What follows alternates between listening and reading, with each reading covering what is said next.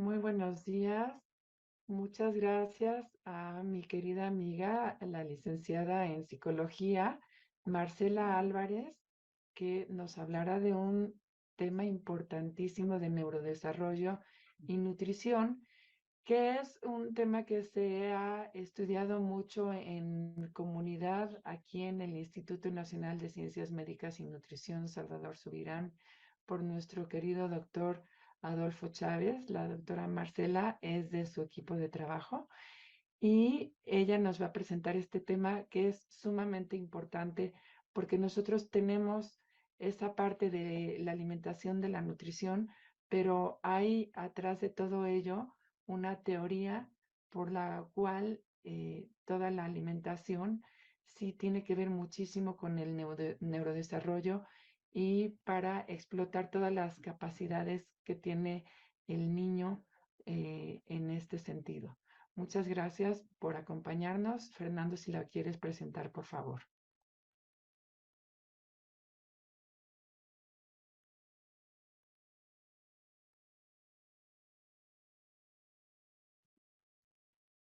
Creo que sí. Para mí es un gusto presentar a la autora Alejandra Álvarez Izazaga, la cual cuenta con la licenciatura en Psicología y maestría en Psicología Social, así como doctorado en Neurociencias de la Conducta, esto por la Universidad Nacional Autónoma de México, UNAM. Cuenta con el Diplomado en Neurodesarrollo y Estimulación Temprana, esto por la Facultad de Estudios Superiores Iztacala. Asimismo cuenta con un número de publicaciones que son 14, entre estas artículos, capítulos de libro. Y sus líneas de investigación se enfocan en el neurodesarrollo infantil, esto en el Instituto Nacional de Ciencias Médicas y Nutrición Salvador Subirán. Fue profesora de la asignatura Estadística Descriptiva e Inferencial, esto en la Universidad Intercontinental, y actualmente es investigadora en Ciencias Médicas Grado A en el Instituto Nacional de Ciencias Médicas y Nutrición Salvador Subirán. Sin más preámbulos, le cedo la palabra, doctora. La sesión es toda suya. Adelante. Ok, muchas gracias. Muchas gracias por haberme invitado y bueno, con gusto les comparto mi pantalla.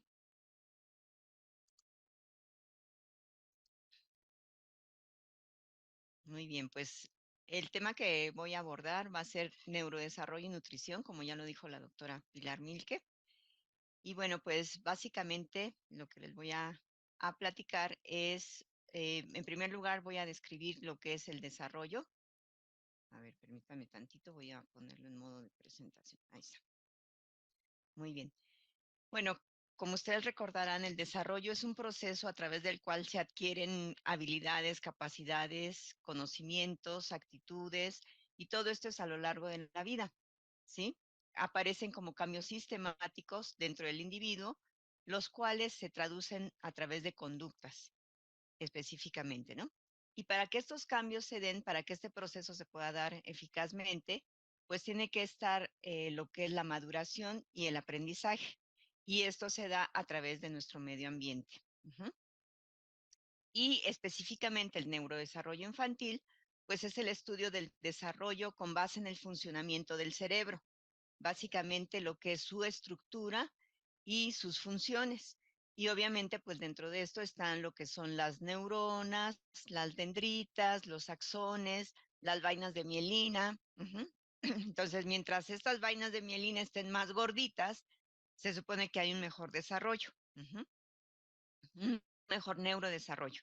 ¿Y cómo se hacen gorditas? Bueno, pues a través de todo esto que les comentaba del ambiente en el que vive, en este caso, el niño. Mientras más estímulos tenga, mientras más aprendizaje haya, pues hay un mejor desarrollo de sus neuronas.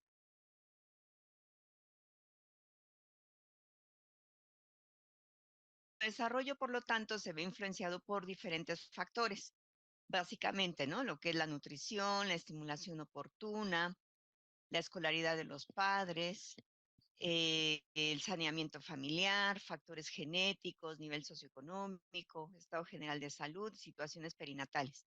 Todo esto va a influir en el neurodesarrollo del niño.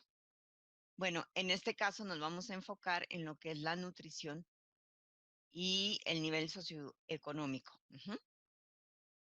Bueno, como ya comentaba la doctora Pili Milke, el padre, digamos, de esta línea de investigación en nuestro instituto fue el doctor Adolfo Chávez, que él desarrolló un estudio muy importante y muy significativo en lo que fue la comunidad de Tezonteopan en el municipio de Atlisco, Puebla, un municipio con alto grado de marginación y de pobreza, donde se llevó a cabo un estudio longitudinal durante 10 años.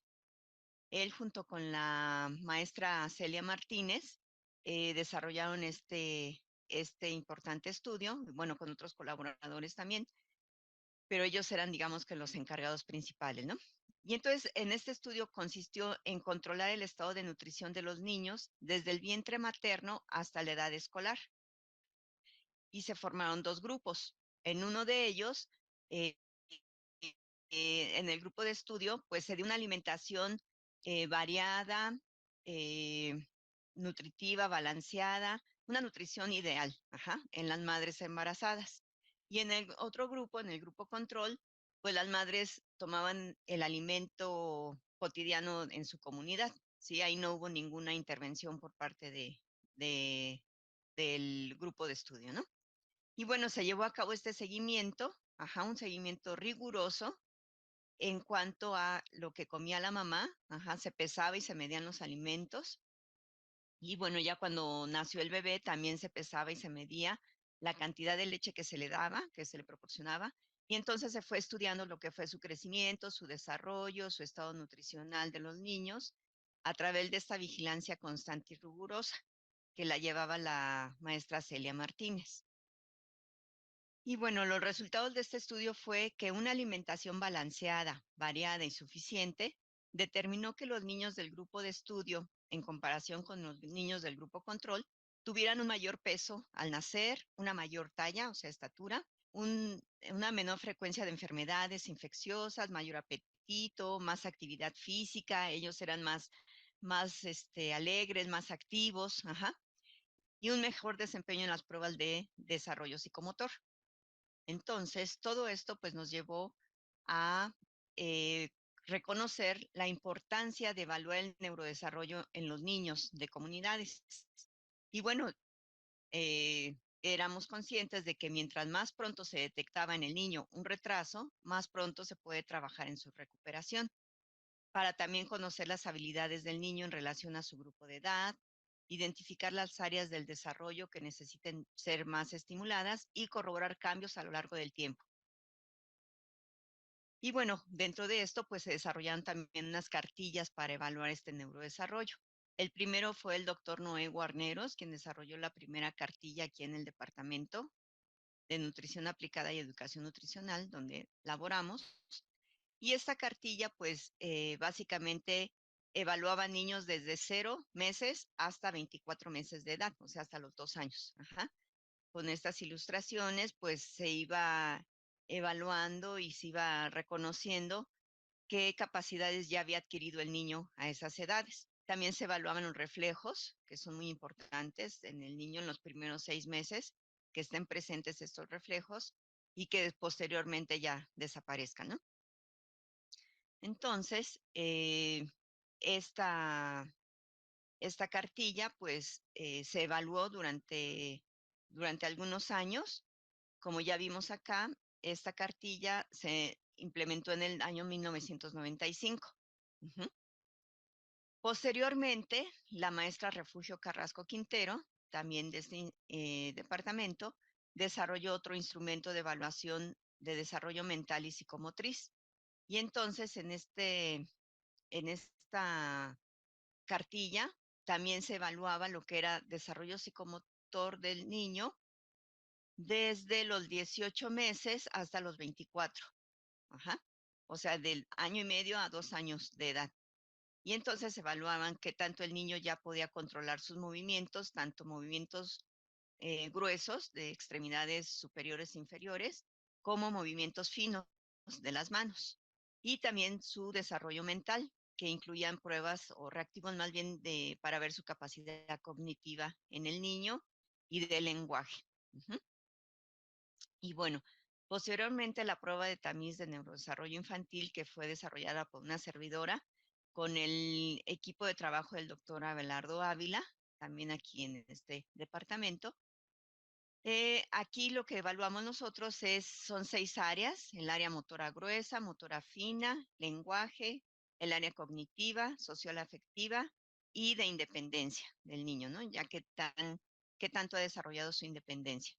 Esta prueba más bien de tamiz tiene validad y confiabilidad y detecta el retraso del neurodesarrollo a una escala epidemiológica.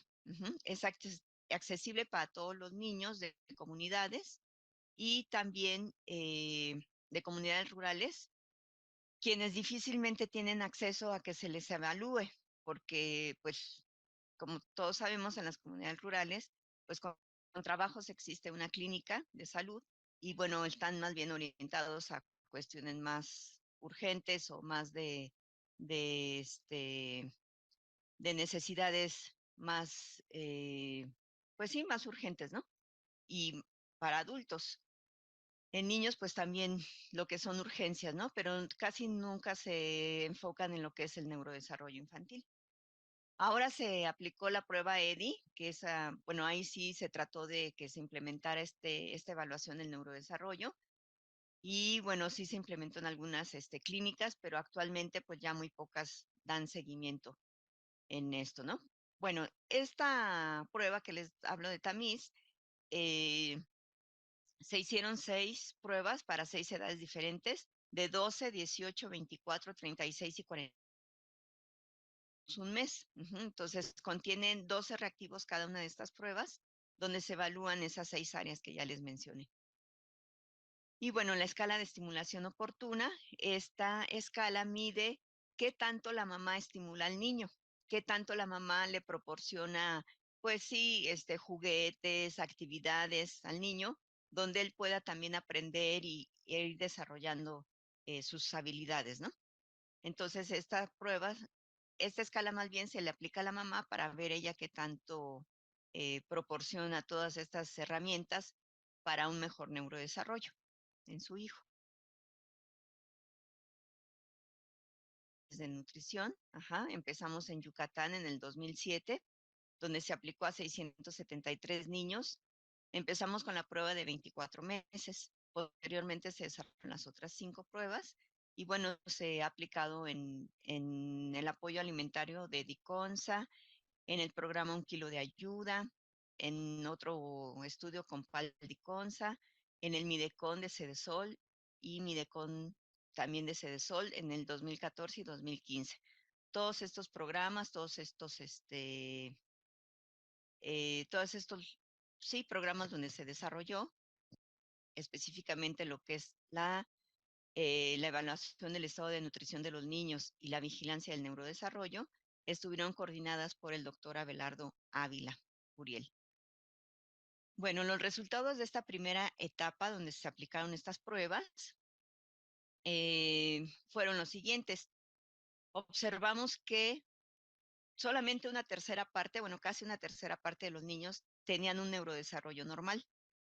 Todos los demás, el porcentaje siguiente, o más bien el porcentaje complementario, vemos que hay retrasos en el neurodesarrollo, tanto retraso leve, que es el que tiene una tercera parte de los niños, ese neurodesarrollo, y la otra tercera parte, pues, tienen retraso moderado.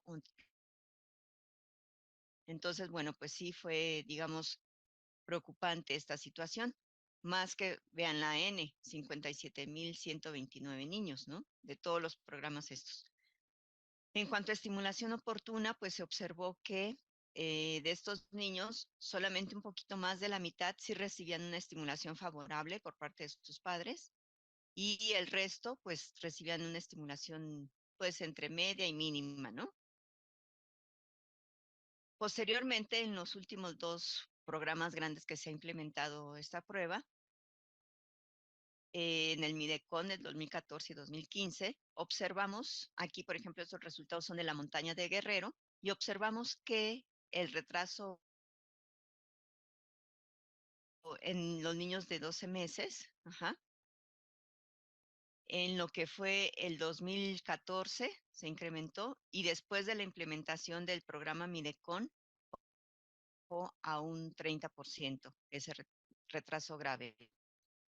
Aumentó el retraso bien normal, aumentó. En cuanto al Estado de México, bueno, pues aquí observamos que también el retraso grave disminuyó con la implementación del programa y se redujo, perdón, se redujo el retraso grave y aumentó el neurodesarrollo normal. En cuanto a los niños de 24 meses, bueno, pues también observamos esa tendencia, ¿no? Ahora, en cuanto a la estimulación oportuna, pues vemos que sí aumentó después del programa una estimulación favorable para el neurodesarrollo. En el Estado de México, pues quedó casi igual, no hubo mucha diferencia. Bueno, ahí vemos que sí había más estimulación por parte de las madres hacia sus hijos. Y en los niños de 12 meses. Y en los niños de 24 meses, pues vemos que también hay una mayor estimulación, porque a los 24 meses el niño ya, pues ya empieza a hablar, ya camina, ya corre, ya se desplaza. Entonces, obviamente hay mayor estimulación por parte del mismo niño que la exige, ajá, por todas las capacidades que ya adquirió, y bueno, por parte de las madres también, ¿no? Entonces vemos que el neurodesarrollo y la estimulación juegan un papel muy importante. Bueno, al analizar nosotros la interacción entre crecimiento, neurodesarrollo y estimulación oportuna, se encontró que esta última a veces es mucho más importante incluso que la misma nutrición. Y eso lo vamos a ver en los siguientes resultados. Por ejemplo, aquí en esta interacción, observamos en esta primera barra que estos niños, ajá, casi el 70% de los niños, que tienen talla normal, una ganancia de peso adecuada y una estimulación también adecuada, vemos como casi el 70% alcanzan un neurodesarrollo aceptable, ¿sí?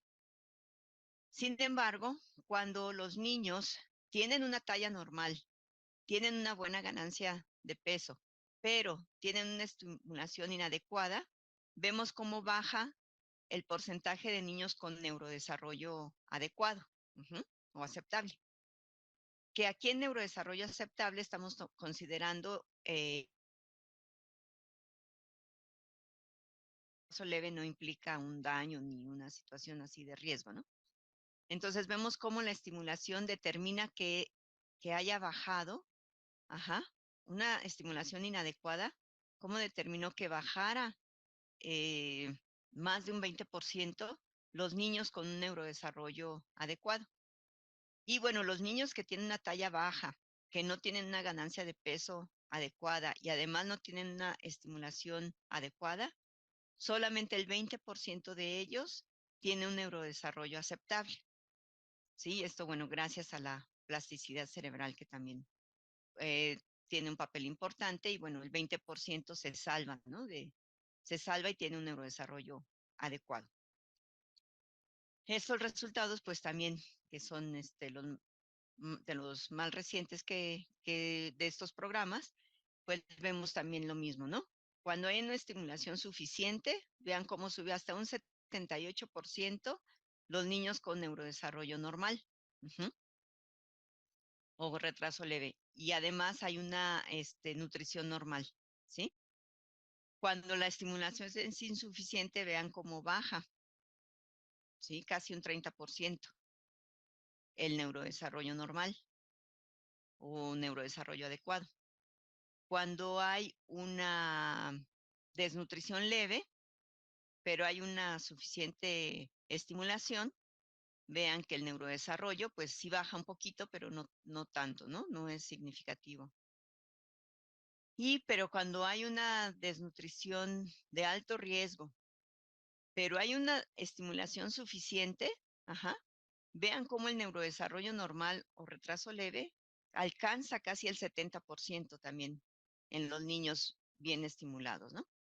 Entonces, bueno, pues con esto también nos llevó a hacer otro tipo de estudio que fue análisis estadístico, que fue una fracción etiológica, donde justamente pues descubrimos que la desnutrición, ajá, para que el niño tenga un retraso moderado y grave de su neurodesarrollo, la desnutrición influye en un 30% y la falta de estimulación adecuada un 69.6%, ¿sí?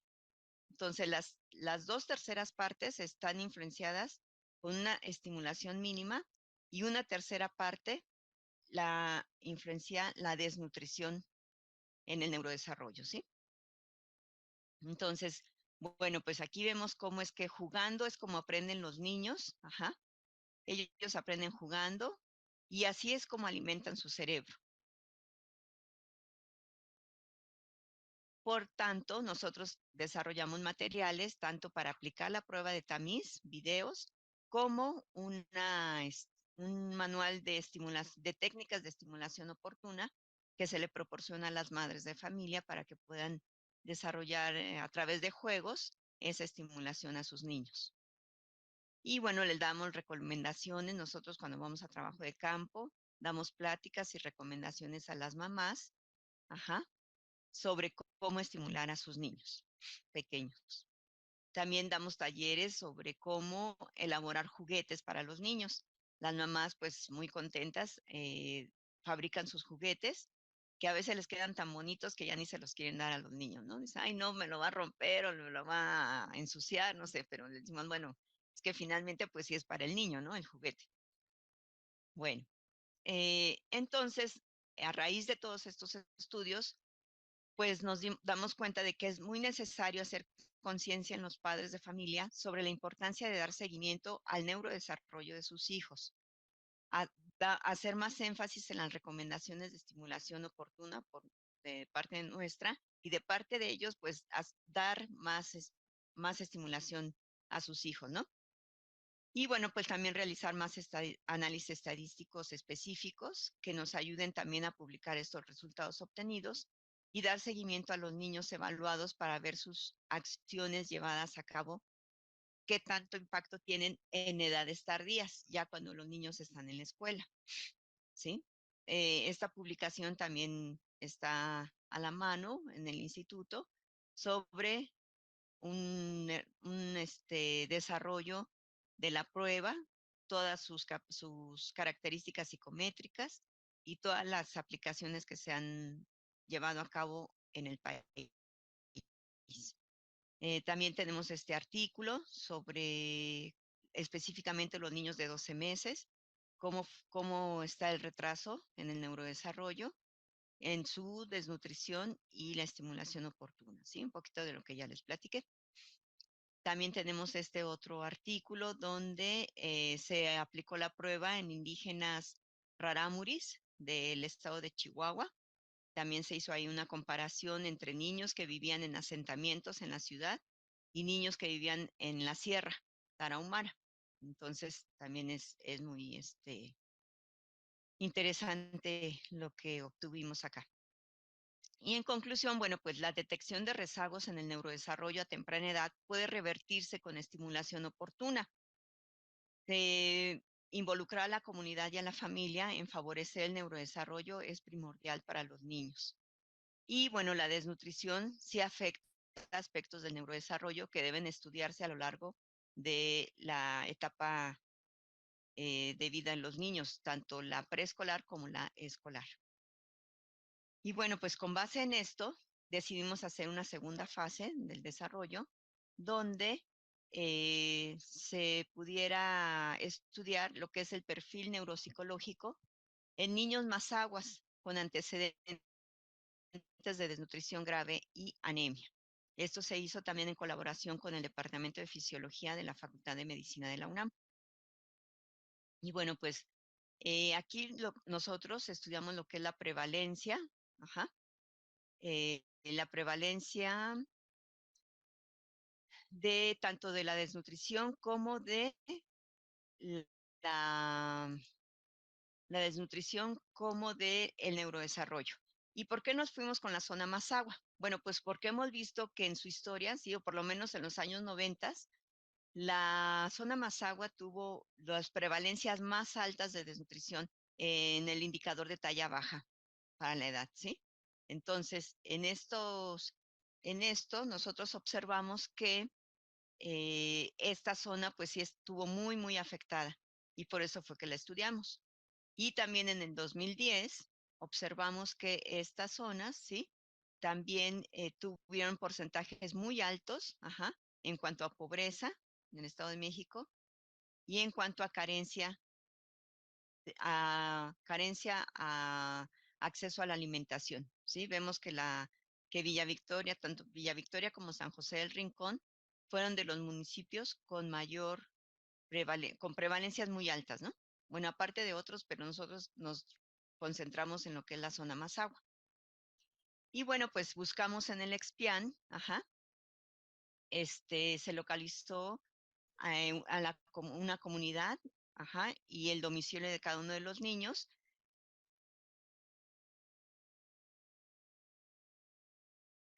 Alimentación, de apoyo a la nutrición y al neurodesarrollo.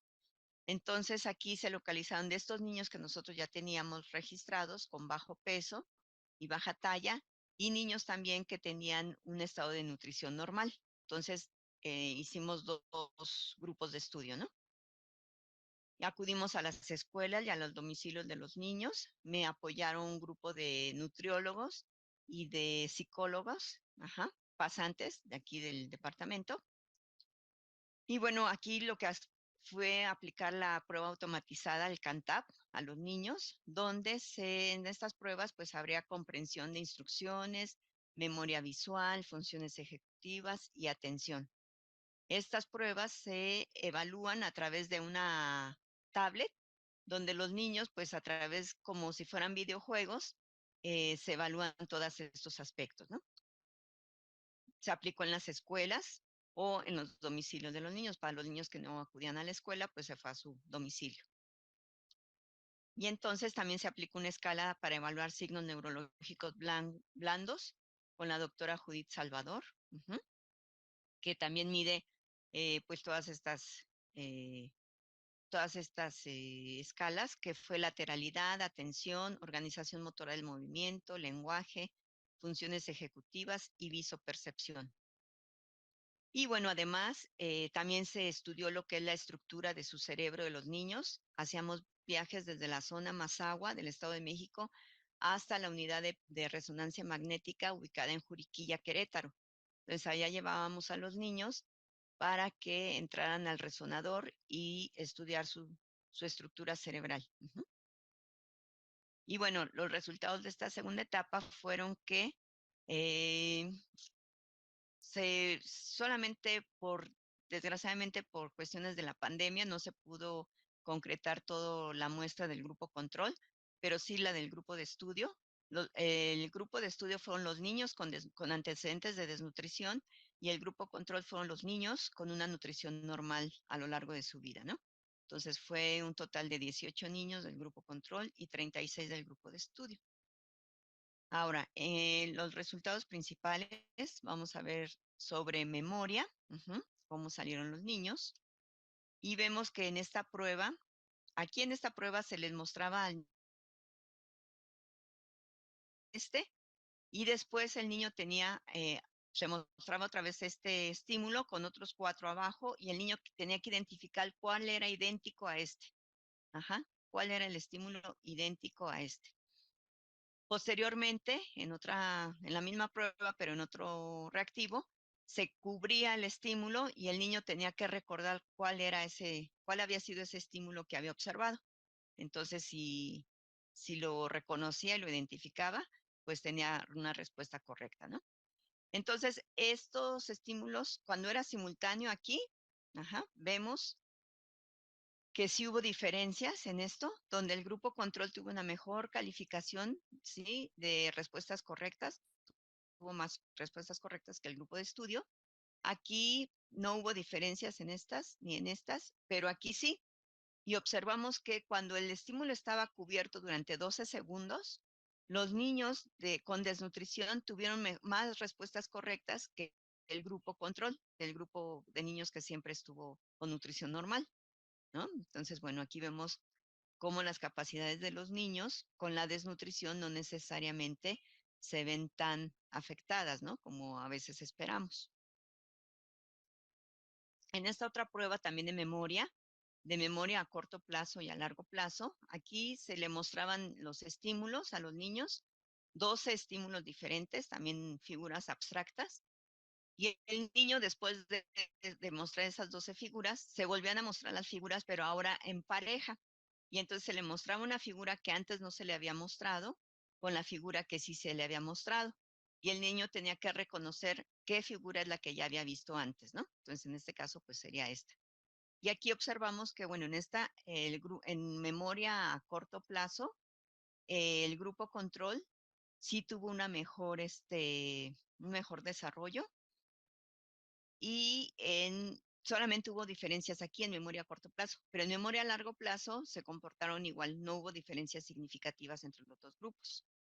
Ahora, en cuanto a funciones ejecutivas, pues observamos cómo el grupo, bueno, no hubo diferencias significativas en esta prueba. Aquí lo que tenían que hacer los niños era identificar cuál era el estímulo correcto. Ellos presionaban, por ejemplo, este estímulo y si aparecía aquí un letrero que decía incorrecta, tenían que cambiar acá.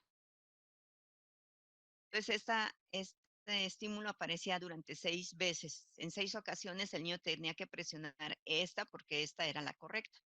Después cambiaban las reglas y después esta era la correcta y esta la incorrecta. ¿Sí? Esos fueron este tipo de que vemos aquí, estos momentos o estos ensayos. Ajá.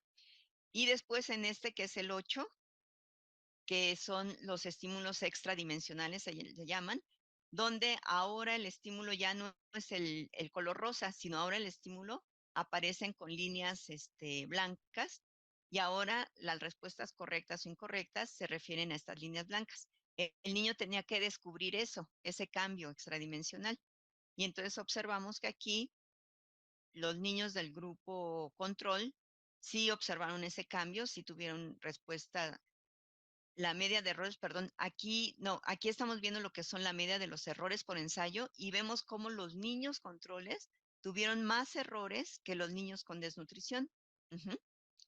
Después ya en el segundo ensayo, ya con la misma prueba, observamos que los niños del grupo control ya bajaron su nivel de error y bueno, sí fue más errores tuvieron los niños del grupo con desnutrición, pero no fue una diferencia significativa. Ujú. Ahora, en esta otra prueba donde vemos, esta prueba mide lo que es la memoria visoespacial y aquí aparecen primero los cuadros en blanco, después se van prendiendo los cuadros, primero se prende este cuadro, después este, y después aparecen otra vez los cuadros en blanco. El niño tiene que identificar cuáles cuadros se prendieron y en qué orden. Aquí, por ejemplo, tendría que tocar primero después y después para tener una respuesta correcta. Entonces aquí vemos que, bueno, sí hubo diferencias significativas y aquí sí el grupo control tuvo más aciertos que el grupo con desnutrición, ¿no? Después en funciones ejecutivas vemos que hay diferentes pruebas, ¿no? Que se refieren a lo que es control inhibitorio, secuencia de caminos, donde el niño tiene que identificar una secuencia de, de caminos donde él tiene que ir rastreando, por ejemplo, si aquí aparece después la figura tiene un color, por ejemplo, un triángulo verde. Ujú. Entonces, lo que sigue es tiene que buscar un triángulo, ¿sí? Y entonces identifica el triángulo y ahora un color. Si el siguiente triángulo es amarillo, ahora tiene que irse con una figura amarilla, ¿sí? Si la siguiente figura amarilla es no sé, es un cuadrado amarillo, ahora tiene que buscar un cuadrado, ¿sí? Aunque no sea amarillo. Entonces, si encuentra un cuadrado rojo, ahora tiene que buscar un color rojo, una figura de color rojo. Y así, esa es la secuencia de caminos. Ujú. Sin embargo, aquí vemos que los niños se comportaron igual, el grupo control y el grupo de estudio, no hubo diferencias significativas. Y bueno, vemos que sus puntajes, por ejemplo, aquí, pues sí, es un puntaje medio, ¿no? La mayor calificación era 86 y tuvieron tuvieron mejores calificaciones ambos grupos. En atención y comprensión de instrucciones, pues vemos que tampoco hubo diferencias significativas. Ambos grupos entendieron perfectamente bien las instrucciones con la tablet y no hubo problema, ¿no? Y también su procesamiento de información visual fue adecuado. En cuanto a respuestas, comparación de aciertos en las pruebas de atención auditiva, aquí aquí solamente hubo diferencias en las respuestas anuladas, donde el niño así se ponían unos audífonos y en un lado le mencionaban una sílaba y en el otro lado otra sílaba. El niño tenía que identificar alguna de las dos. Entonces aquí también veíamos cuál predominaba más, si el oído izquierdo o el oído derecho. Entonces, las respuestas anuladas es cuando decía una sílaba que no se le había mencionado o una palabra que no se le había mencionado o formaba una palabra con las dos sílabas que había escuchado. Esas son respuestas nulas y aquí vemos que si el grupo de estudio tuvo más respuestas nulas que el grupo control. Y en cuanto a lateralidad, para ver qué predomina más, si el lado derecho o el lado izquierdo, tanto a nivel ocular, tanto a nivel podálico, o sea, del pie, auditivo, manual, observamos que las únicas diferencias que se encontraron fue en la dominancia ocular, donde los niños del grupo de estudio sí predominó más su ojo derecho y la auditiva predomina más su oído derecho en el grupo de estudio. O sea, con antecedentes de desnutrición, y aquí vemos la gráfica, tuvieron más aciertos del grupo control. Posteriormente, se comparó los aciertos de la prueba de secuencia rítmica, ¿sí? En esta escala de signos neurológicos blandos, donde la secuencia rítmica se aplicaba con ojos abiertos y con ojos cerrados. Y consistía en que tenían que dar golpes en la mesa, por ejemplo. Esta era una secuencia rítmica, ¿no? Y el niño tenía que repetirla. O, por ejemplo, esa secuencia. Observamos cómo si existen diferencias en los dos grupos, cuando es con ojos abiertos y con ojos cerrados. Obviamente los aciertos fueron disminuyendo con ojos cerrados, ¿sí? Hubo menos aciertos que con ojos abiertos. Y las diferencias también en ojos cerrados, hubo más aciertos en el grupo control que en el grupo de estudio. En cuanto al lenguaje, pues aquí vemos que tampoco hubo diferencias en cuanto a procesos fonológicos, procesos morfológicos, procesos sintácticos, ¿sí? Los niños se comportaron igual, del grupo control del grupo de estudio. Solamente hubo diferencias en absurdos verbales, que aquí consistía en que los niños, aquí vemos que los niños del grupo control, pues sí tuvieron más errores, no, sí, menos aciertos, perdón. Y eso de absurdos verbales consistía en una oración que se les daba a los niños, por ejemplo, el sol sale de noche. Entonces, el niño tenía que identificar cuál era el absurdo ahí, ¿no? Que el sol no sale de noche, y así otros más, otros absurdos más que les dábamos. Entonces, el grupo control se desempeñó mejor en esta prueba. En cuanto a vicepercepción, pues aquí a copiar figuras, tenían que hacer una copia de estas figuras y vemos que el grupo control copió mejor las figuras que el grupo de estudio. Esto es en sintaxis visual. Aquí, por ejemplo, aparecían figuras donde estaban desarticuladas las figuras y entonces, por ejemplo, un calcetín, un sombrero, etcétera, etcétera, un candado, estaban desarticuladas, las figuras estaban fragmentadas y el niño tenía que hacer la síntesis visual para identificar de qué figura se trataba, ¿no? Entonces, el grupo control pues tuvo un mejor desempeño también en esta prueba. Y bueno, ahora en cuanto a imagenología cerebral y volumetría, ya observamos cómo en cuanto a la resonancia magnética, que les comentaba que lo llevamos a Juriquilla, observamos que los niños del grupo de estudio tuvieron un mayor volumen en cuanto a su lóbulo parietal derecho e izquierdo. En el lóbulo temporal también se observó un mayor volumen de su cerebro. Hubo diferencias también en el volumen respecto al volumen intracraneal, por ejemplo, en el núcleo accumbens, ajá, y en la amígdala. También en estos núcleos se observó en estos núcleos se observó también un mayor volumen en los grupos, los niños del grupo de estudio, perdón. Y bueno, aquí también en comparación del volumen de estas estructuras, también se observaron diferencias significativas, donde, por ejemplo, en materia blanca, el grupo control sí tuvo un mayor volumen de materia blanca, que se refiere a lo que son los axones y las vainas de mielina que les mostré al principio, ¿sí? Un mayor volumen en los niños del grupo control que en los niños del grupo de estudio. Ajá.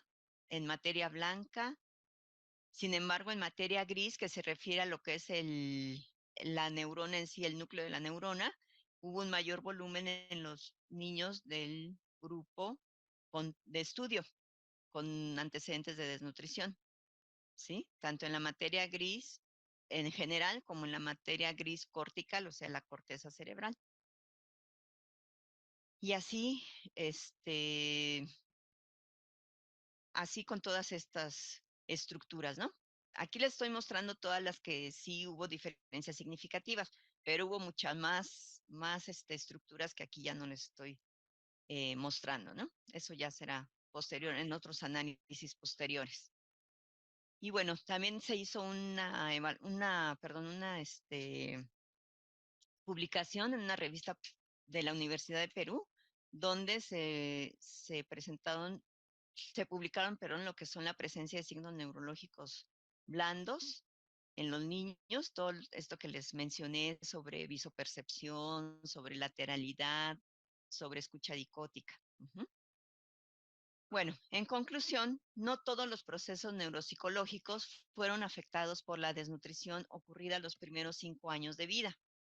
Los puntajes más bajos fueron en memoria a corto plazo y funciones ejecutivas.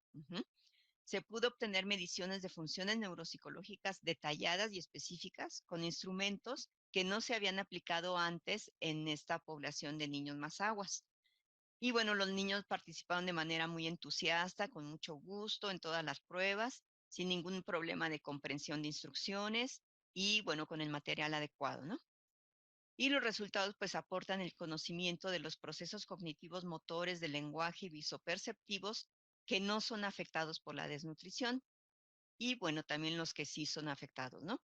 Entonces, bueno, la desnutrición sí puede afectar algunos procesos cognitivos, pero el mismo desarrollo y la posibilidad de plasticidad cerebral que puede estar involucrada permite o permitió a los niños tener una recuperación de esas habilidades. En algún punto del desarrollo, el niño en esta etapa escolar, en la que demandan más procesos cognitivos, y es más evidente que el niño debe adaptarse a esta demanda. Entonces observamos que la desnutrición no afecta tanto como se esperaba, ¿no? Y bueno, sí, lo que sí nos dimos cuenta es que existe un estereotipo de los niños con desnutrición, el cual puede ser un mito, en el sentido de que se generalizan las capacidades limitadas en el niño y se estigmatiza su imagen y sus habilidades reales. Entonces, bueno, esa es la principal conclusión de este estudio. Muchísimas gracias por su atención.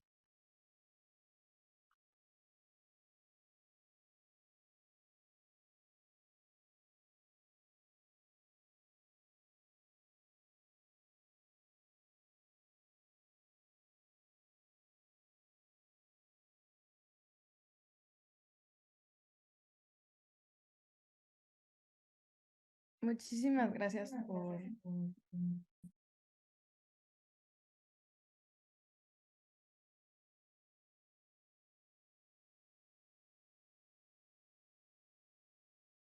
Muchísimas gracias por la conferencia. Hay varias felicitaciones tanto en el chat aquí de Zoom como en Facebook, al igual que preguntas. Entonces, le pido a la ponente si puede prender su cámara, por favor. Si no, no se preocupe.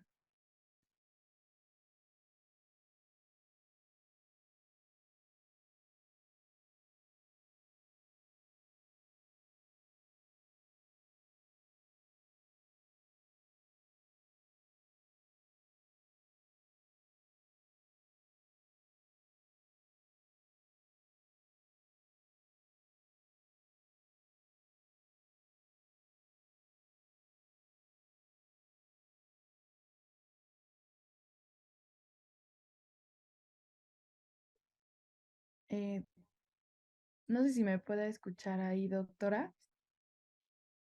Si Sí, sí puede los prender. escucho, pero no sé por qué no puedo prender la pantalla.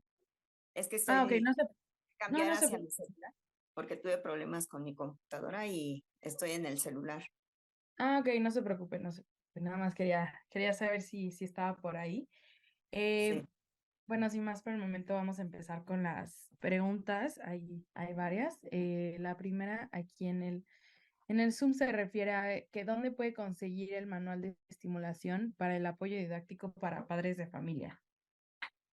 Ah, bueno, ese manual lo tenemos aquí en el instituto y si me mandan un correo, yo con mucho gusto se los puedo enviar.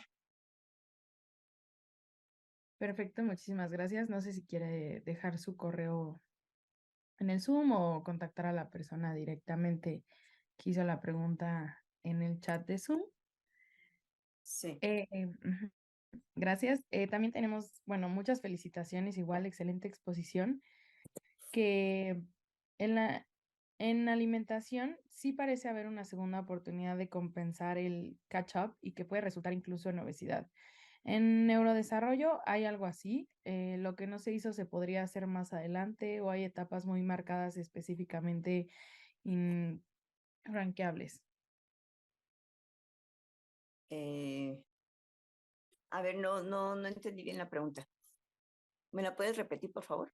Sí, claro, o sea, se refiere que si en el neurodesarrollo hay algo así como que una segunda oportunidad para compensar cualquier cosa. Lo que no se hizo, se podría hacer más Ok. adelante o hay una etapa Oh, definida y ya si no se hizo en ese momento ya como que se ok. perdió esa oportunidad. No. En el neurodesarrollo, afortunadamente, existe lo que se llama la plasticidad cerebral. Entonces, si nosotros estimulamos todas las áreas que vemos que tenga algún rezago el niño, sí tiene la oportunidad de poder rehabilitarse y de poder otra vez adquirir esas habilidades y capacidades, que de hecho es un poquito lo que yo vi en mi estudio, ¿no? De que no todos los niños perdieron, como muchas veces se piensa, que el niño con desnutrición va a perder todas sus capacidades y eh, ya no va a poder ser como otro niño que nunca tuvo desnutrición. Entonces, afortunadamente, la plasticidad cerebral nos permite que esas neuronas que no tuvieron la suficiente mielina puedan compensar eh, todo esto a lo largo del desarrollo. Perfecto, muchas gracias. Supongo se relaciona un poco con la siguiente pregunta. Explican más o menos que tienen un consultorio de nutrición y que acuden padres de familia que post pandemia tienen, bueno, sus hijos nacidos en el 2020 tienen como retrasos importantes o diagnóstico temprano de autismo. Y pues, supongo que la pregunta es como qué se les puede decir a los padres de familia, esta como población vulnerable en cuanto a nutrición y crecimiento y desarrollo, sobre todo en niños nacidos en pandemia. Sí, claro. Bueno, estos niños sí tendrían que tener una valoración de cómo está su neurodesarrollo. Y bueno, en cuanto a la nutrición, pues ahí sí mis colegas expertos son los que pueden decir, ¿no? Pero yo en cuanto a neurodesarrollo, pues una evaluación del niño y posteriormente ver qué áreas específicas son las que necesitan mayor estimulación, darle recomendaciones a los padres para que ellos puedan llevar a cabo esta estimulación en casa. Eso sería. Perfecto, muchas gracias. Em, Otra pregunta es que si hay bueno, hay una dominancia clara de ojo y oído, ¿las midieron con pruebas de agudeza específicas en el estudio realizado? Sí, lo que hacíamos eran ejercicios donde los niños tenían que, por ejemplo, patear una pelota o mirar a través de una rendija o de un como tipo este telescopio para ver cuál era el ojo que predominaba, cuál era el ojo o el pie que ellos en primera instancia utilizaban para este tipo de ejercicios. Perfecto, muchas gracias. Sí. Hay varias preguntas sobre la resonancia magnética, que si se dan a los niños, alguna edad en la que iniciaron, a partir de qué edad. Ujú. Los niños fueron a partir de 7 años hasta los 11 años y no hubo sedación, o sea, no se invadió el cuerpo del niño, no se le puso ningún tipo de sustancia ni nada. Solamente se le daban indicaciones de que no se podía mover y en el momento que veíamos que el niño se estaba moviendo, estaba inquieto, pues en ese momento o terminábamos el estudio o le preguntábamos qué inquietud tenía o si se sentía mal o qué pasaba, ¿no? Entonces ya si el niño nos decía, no, nada, es que me rasqué el ojo o cosas así, ¿no? Que a veces pasaban. Entonces ya, bueno, podemos continuar y ya si el niño decía que sí, continuábamos con el estudio. O hubo 2 casos donde sí los niños, o sea, desde el inicio no quisieron entrar al resonador porque sí les dio miedo y bueno, esos niños no participaron y no hubo ningún problema, ¿no? Este, se les, se les dio su... Bueno, es que después de ahí los invitábamos a comer, los llevamos a la feria, entonces no pasaba nada, ¿no? El niño iba a estos lugares sin problema. Sí, me Eso, imagino por eso la fue. impresión del equipo, algunos no quisieron participar, pero Ujú. qué niños también portados de quedarse tanto tiempo sin moverse, la verdad. Sí, fueron 20 minutos los que duró el estudio, o sea, no duraba demasiado tiempo, fueron 20 minutos los que duraba y bueno, como te digo, o sea, si el niño no quería participar o no quería entrar o nunca nos pasó así que ya se quisiera salir, ¿no? Eso no, pero sí desde el inicio que no quisieron entrar, pues se respetó la decisión del niño y no entró al resonador. Perfecto, muchas gracias. Habla de que la plasticidad cerebral nos da oportunidad de rehabilitar hasta los 3 años o también posterior a esta edad. Posterior a esta edad también. De hecho, fíjate que hay niños que, por ejemplo, no gatearon, que los padres dicen, ah, no, pues mi hijo ya camina, ¿no? Y entonces muy felices dicen, ah, ya caminó, no sé qué, y no gateó. Entonces esos niños a veces tienen problemas de coordinación motora, o sea, les cuesta trabajo los deportes o bailar, no tienen una coordinación, digamos, como otro niño que sí gateó. Entonces, lo que se pide a los padres, aunque el niño ya tenga 5 años, 10 años, o sea, el niño tiene que gatear. Entonces, se le ponen ejercicios de gateo al niño, ya aunque esté grande, para que pueda recuperar esa coordinación motora que le faltó, ¿no? Entonces, todas las cosas que faltan en nuestro desarrollo normal quedan como unos huecos que si nosotros podemos regresar, o niños, por ejemplo, que no escriben bien, que tienen fea letra, que no sé qué, bueno, tienen que regresar a una etapa anterior que no hicieron o que se saltaron para que ellos puedan recuperar esa coordinación o esa habilidad.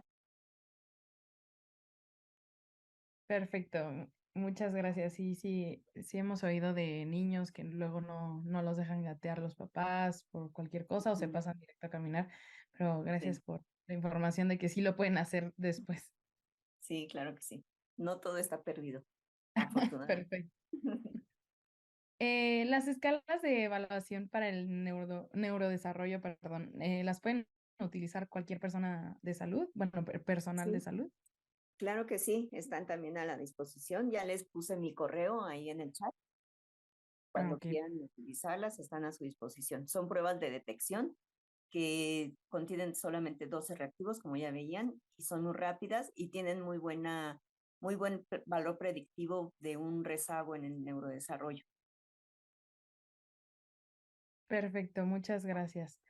Em, en cuanto a los suplementos de omegas, específicamente de DHA, ¿tiene alguna dosis que muestre efecto benéfico comprobado para reforzar la plasticidad cerebral? ¿O no? Bueno, se dice que las grasas saludables, ¿no? Lo que son las nueces, lo que es el aceite de oliva, todas estas grasas que los nutriólogos nos recomiendan consumir, sí se ha demostrado que tienen un efecto en un buen neurodesarrollo. O sea, sí influyen en que esas vainas de mielina se llenen, porque la mielina es grasita. Entonces el cerebro tiene que estar compuesto de grasa, de glucosa, de oxígeno. y de estímulos ambientales. Entonces, sí, sí, ese tipo de grasas sí son muy favorables para el cerebro. Perfecto, muchas gracias. Hablando como del rango socioeconómico, digo, de la estimulación, ¿se tomó en cuenta el rango socioeconómico? Por ejemplo, afecta si son distintos tipos de estimulación de acuerdo al nivel. Por ejemplo, un niño que recibe hiperestimulación mediante equipos electrónicos u otro que recibe estimulación por medio de elementos ambientales. Si esto se toma en cuenta el rango socioeconómico. Bueno, nosotros hicimos el estudio en una comunidad de la zona Mazahua que tienen alto nivel de marginación. Entonces, digamos que los estímulos de los niños, pues es el campo, los animales, los borregos, las vacas, caminan mucho, tienen mucho contacto con la naturaleza. Y bueno, no son ajenos tampoco a los aparatos electrónicos porque ahora sí ya se les da cómputo en su escuela, manejan celulares, bueno, sus padres todos tienen celular, entonces no son ajenos a este tipo de aparatos, ¿no? Pero sí sería muy bueno, que yo creo que eso lo vamos a hacer posteriormente, hacer una comparación entre los niños que crecen en campo y los niños que crecen en ciudad para ver las diferencias entre ellos, ¿no? Sí, ese estudio creo que podría ser de gran importancia. Hay varias Sí. personas que piensan más o menos lo mismo. Y por último, ¿cuál sería la clave para el correcto desarrollo neurológico durante la infancia? En base al estudio, pues la nutrición no es tanto, entonces podría ser el trabajo y estimulación oportuna del niño. Exactamente, la estimulación es lo más importante. Que el niño le cante, el padre o la madre le cante, que jueguen con ellos. Así, aunque jueguen 5 minutos con su hijo, yo les recomiendo que lo hagan, por favor. ¿Sí? O sea, eso nunca se nos va a olvidar. Si nosotros nos ponemos a pensar cuántas veces jugamos con nuestros padres, yo les aseguro que lo tenemos muy bien grabado en la memoria, que son recuerdos así súper importantes y súper bonitos que tenemos guardados y que eso el niño también lo va a conservar. Entonces, desgraciadamente, pues ahora ya no es la televisión, ahora son los videojuegos, ¿no? Y entonces son la nana de los niños. Pero bueno, no importa que lo hagan, pero sí jueguen con sus hijos, ¿sí? Aunque sea 5 o 10 minutos diarios, háganlo, por favor. O aunque sea los fines de semana, háganlo, por favor. Es un tiempo invertido, no es un tiempo perdido. Y eso va a favorecer muchísimo al neurodesarrollo, muchísimo a su área afectiva, muchísimo a la seguridad que tenga el niño, que adquiere el niño. O sea, la seguridad en un niño no depende de cuánto sabe, depende de qué tan querido se siente por sus padres y qué tan aceptado se siente. Ujú. Entonces, esa es mi recomendación. Perfecto, muchas gracias. Ahora sí, la última pregunta, bueno, más bien es su opinión sobre el uso de celular en los primeros años de estos niños. Pues miren, el uso del celular es como el uso de la televisión, como el uso de los videojuegos, o sea, estamos dentro de ahorita en una etapa en que no le podemos negar al niño eso, ¿no? Pero que eso no sea su único juguete, eso sí, por favor, que también sepa jugar a la lotería, que también sepa jugar a las canicas, que también sepa jugar al avión, que también sepa jugar, o sea, otros juegos que nosotros jugábamos de niños, que no se pierda eso, por favor, porque eso habilita otras capacidades en el niño, ¿sí? Su coordinación motora, su área cognitiva, su área de lenguaje, su área social afectiva, el jugar con otros niños, el aprender reglas, respetar esas reglas, o sea, todo eso va a favorecer su neurodesarrollo. Que use el celular está bien, eso no lo podemos evitar, pero que no sea su único juguete, por favor, ni su único medio de comunicación. Eso es lo que yo les suplico a los padres, por favor. Perfecto, muchas gracias. Pues tiene muchas felicitaciones y agradecimientos. Muchos están Muchas interesados gracias. por el manual y le compartimos su constancia que las sesiones académicas de nutrición del Instituto Nacional de Ciencias Médicas y Nutrición Salvador Subirán otorga la presente constancia a la doctora Marcela Alejandra Álvarez Izazaga por su brillante participación con el tema neurodesarrollo y nutrición que se dio en Ciudad de México a 19 de septiembre del 2023. Se le hará llegar por medio de correo electrónico y agradecemos nuevamente pues, por la excelente tema, excelente ponencia, muy buena explicación. Muchas gracias, doctora. Muchísimas gracias también a todos por su atención y porque les haya gustado el tema. Gracias. Por Un abrazo supuesto. y gracias por invitarme también. Muy Por amables. supuesto, querida Marcela, cómo no, y de verdad se ve todo el cariño invertido en los niños, porque no es solo un trabajo para ti, no es solo una investigación que quieren hacer, es un verdadero cariño por los niños, por su Sí. neurodesarrollo y porque logren toda su potencialidad. Esto es muy importante y efectivamente sí hay que promover en todas las mamás, las que vemos, mamás de niños pequeñitos, que el tiempo invertido, el cariño invertido se recupera con creces. No es Claro. solo, o sea, para decir, bueno, ya cumplí con el niño, sino que también tiene un efecto importantísimo en el neurodesarrollo, en quién va a ser esa persona cuando sea grande. Entonces, muchísimas gracias. La doctora Marcela tiene un libro al respecto que presentó hace unos años y también en el chat lo puede compartir. Si nos puedes comentar del título, aquí detalla todos los procedimientos, todas las pruebas magistralmente. Marcela, no sé si nos puedes comentar algo de tu libro. Gracias. Sí, el libro se llama Vigilancia Epidemiológica del Neurodesarrollo Infantil en Comunidades Marginales de México. Y en ese libro, pues, viene todo el desarrollo de estas pruebas de neurodesarrollo, cómo se llevaron a cabo, todas sus características psicométricas, toda su validez, su confiabilidad y en los lugares donde se ha aplicado la prueba en todo el país, con todos los proyectos que ya les mencioné en la presentación. Claro, y bueno, me imagino, la doctora Marcela está muy disponible para ustedes. Pueden buscar en la página de nuestro instituto para que también la puedan llamar por teléfono, ponerse de acuerdo.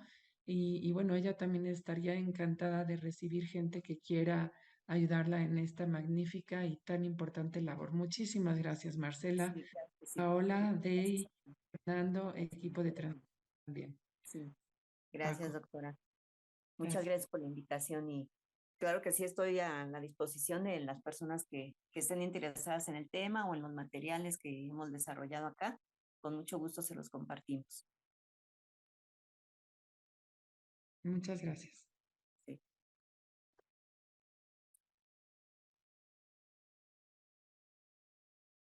También los queremos invitar a todos a la siguiente sesión, que va a ser el martes 3 de octubre a las 9, de la obesidad como causa y consecuencias de patologías gastrointestinales, que va a ser impartida por el doctor Hugo Antonio Laviada Molina. Los esperamos.